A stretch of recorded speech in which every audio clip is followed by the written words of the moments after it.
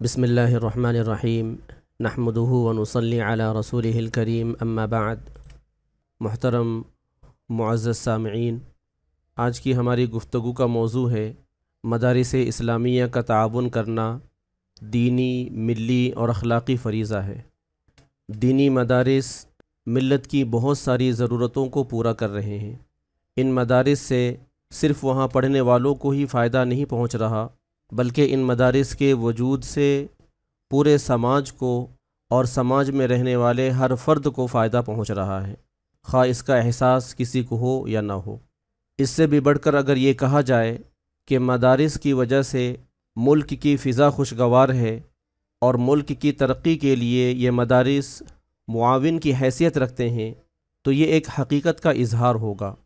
جنگ آزادی میں مدارس کا جو کردار رہا وہ ایک مستقل موضوع ہے۔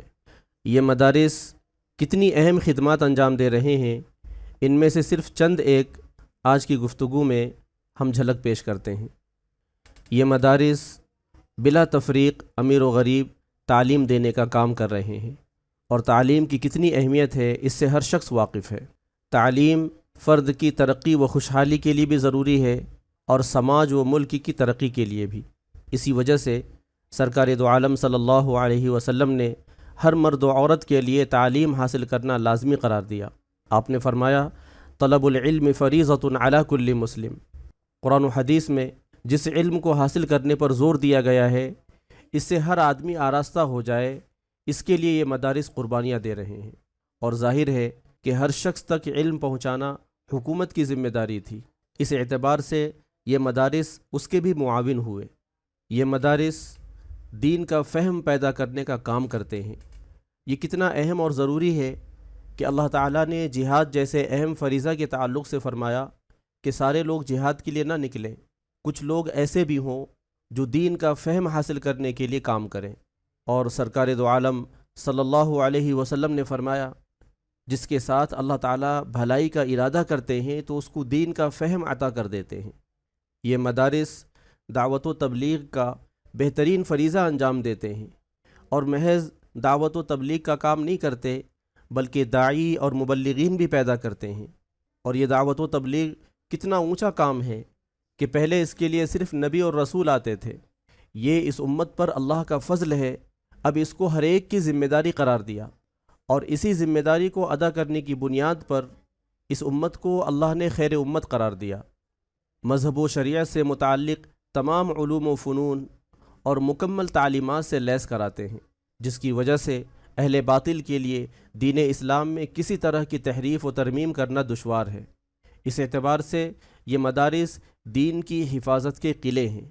ان کی حفاظت کرنا در حقیقت دین اسلام کی حفاظت کے لیے تعاون کرنا ہے۔ مدارس میں غریب، یتیم اور نادار طلبہ کی کفالت ہوتی ہے۔ مدارس میں دین پر چلنے کی علمی مشق و تربیت ہوتی ہے۔ مدارس میں اخلاق و عادات کو درست کرنے پر زور دیا جاتا ہے۔ مدارس میں اس کی تربیت ہوتی ہے کہ لوگوں میں سب سے اچھا وہ ہے جو لوگوں کو زیادہ نفع پہنچائے، اور تم میں سب سے بہتر وہ ہے جو اپنے گھر والوں میں سب سے بہتر ہو۔ الغرض یہ مدارس مسجد نبوی کے صفحہ کے نمونے ہیں۔ یہاں اچھا انسان بنایا جاتا ہے اور اچھے سماج کی تشکیل کے لیے افراد سازی ہوتی ہے۔ دوستو، یہ مدارس کے کاموں کی ایک مختصر سی جھلک ہے۔ ان کاموں میں سے کوئی ایک کام بھی مدارس کے ہمارے تعاون کا مستحق بننے کے لیے کافی تھا، جبکہ یہ مدارس دین، ملت، سماج اور ملک کی بہت ساری ضرورتوں کو پورا کر رہے ہیں، جن کا فائدہ ہمیں اور آپ کو مل رہا ہے۔ اس لحاظ سے ان مدارس کا تعاون اخلاقی اعتبار سے بھی ضروری ہو جاتا ہے اور دینی اعتبار سے بھی۔ اگر مدارس کے ان مقاصد کو سامنے رکھتے ہوئے کوئی تعاون کرے گا تو اللہ تعالیٰ کی ذات سے امید ہے کہ وہ بہت سارے اجر و ثواب کا مستحق ہوگا۔ مثلاً تعلیم کے فروغ کے لیے تعاون کا ثواب، دین کے تحفظ کے لیے مدد کرنے کا ثواب، دعوت و تبلیغ کے کاموں میں مدد کرنے کا اجر، یتیم و مسکین کی کفالت کا اجر، اور مخلوق خدا کی نفع رسانی میں امداد کرنے کا اجر وغیرہ۔ اس کے ساتھ ہی مدارس کی امداد کی جو بھی شکل ہوگی اس کا الگ سے ثواب ملے گا۔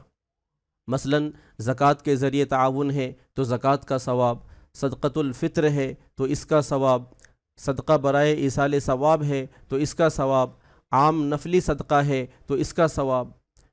خلاصہ یہ ہے کہ مدارس کا تعاون کرنے سے صدقے کا بھی اجر ملے گا اور مدارس کے مذکورہ مقاصد کی تکمیل کا بھی۔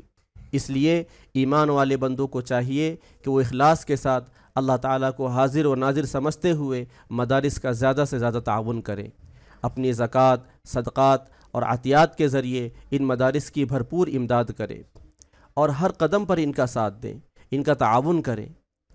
اللہ تعالیٰ ہمیں اس کی توفیق مرحمت فرمائے۔